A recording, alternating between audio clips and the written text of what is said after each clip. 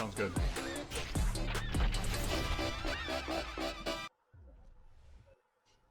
Ryan McCaffrey here with Sean Grady, the executive producer on Madden NFL 21. Sean, thank you so much for joining us. Thanks for having me. Good to see you guys.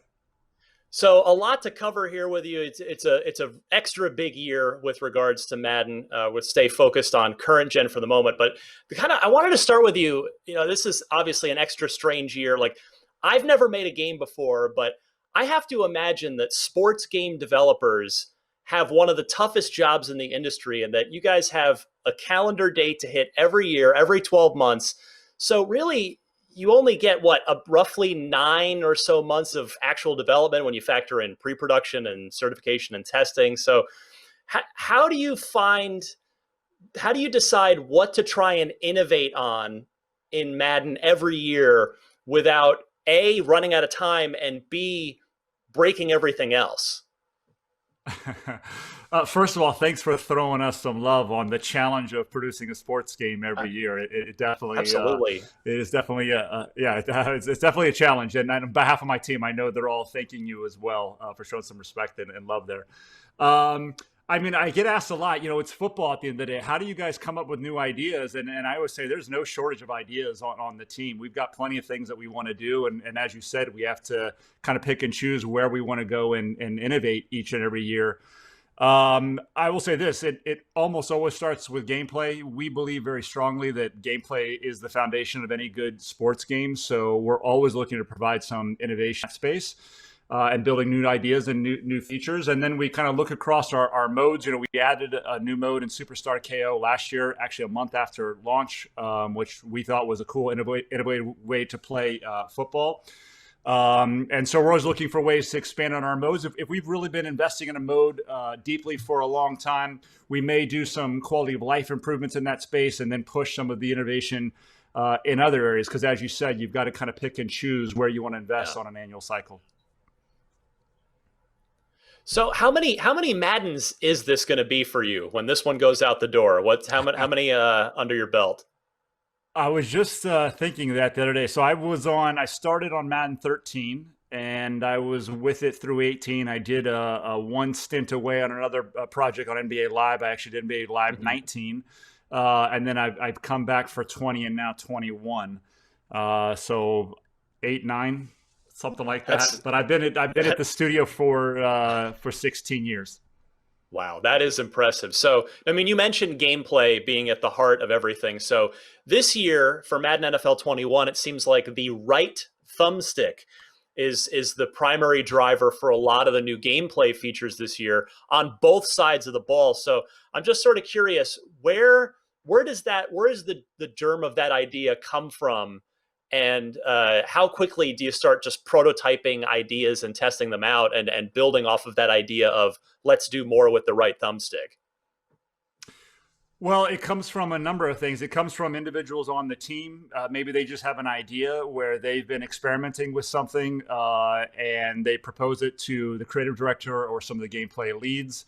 One example I can talk about today is our D-line mechanic, which is back on the right stick, and longtime fans will know that it's been there in the past. But the idea that we're implementing and delivering this year actually came from one of our animators. Frankly, he'd worked on it 2 years ago, and we just weren't ready yet to implement in the way that he was proposing. So that's one example. Most of us are gamers, as you would hope and believe. So as we're playing other games, you might be influenced by something else that you've played, where it just something felt right on the right stick, and then you kind of translate that to a mechanic in our game. It also just kind of naturally fits in a sports game where you're controlling direction with the left stick, and that right stick, that kind of flick of a right stick just feels quick, instant, and allows you to pull off really impressive things. So I'd say it comes from most of those kind of channels. Can you give me a concrete example, maybe from a play test recently with Madden 21, of a play that ended up, you finished the play and it just felt better and or was more realistic, specifically because of these new changes that you've implemented this year versus how that same play would have felt in a previous version of the game? Well, I'm going to give you one in both directions. One that feels good, and one that maybe it's actually we're gonna discuss with our players if it's the right way to go. And they're both on Hmm. the skill stick, which is our offensive right stick mechanic now. The one that just feels right is the dead leg, which is basically a flick down, and it kind of stops on. Well, perfect timing with Yeah. the video that I'm seeing here. It basically stops on a dime. You kind of go on your back foot, and hopefully you have a defender fly in front of you. We've got a couple different variations on the animations, and that just the way it feels on your timing of the right stick, the animation that you get just immediately feels and looks right. The one that maybe is a bit more controversial, and frankly, we're going to have to iterate with our fans on this one, is we've actually put the hurdle on the right stick up, Hmm. which is normally truck stick in years past. It's been that way for Yeah. years, and the reason we did that is we want the moves that are on the right stick to all be combo moves. So you can combine a juke and a hurdle together on the Right. right stick, and it looks amazing. You can combine two jukes together, a dead leg into a juke, and so we wanted to have all these series of moves that you could do seamlessly together on the right stick. So again, we decided to put the hurdle at the top of the stick, but we are getting feedback internally. And when our build comes out and our beta comes out, I'm sure we're going to get more feedback from our players on whether or not we want to keep it there. And we'll make the right decision for our players at the end of the day. Well, I'll tell you, it's funny. It almost sounds like you're bringing some of that NBA Live experience over with all these moves that you can chain together off of the right stick, and it sounds like on paper that makes a ton of sense what you're saying. Yeah, I'd be lying if I said I wasn't. I mean, I think there was a lot of good mechanics in NBA Live, and some of those mechanics translate to football in a way that makes a lot of sense. So yeah, there's definitely some influence, and that's just an example of again like one game that I think our team members play and they get influenced by.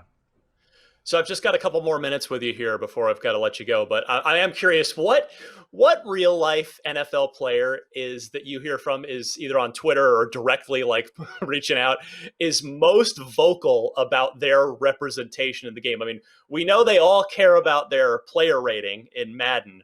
Who is in your ear the most, either good or bad? Like, hey, yeah, I'm a 94. Yes, love you guys. Or or maybe the other way. So who's in your ear the most about the Madden version of themselves?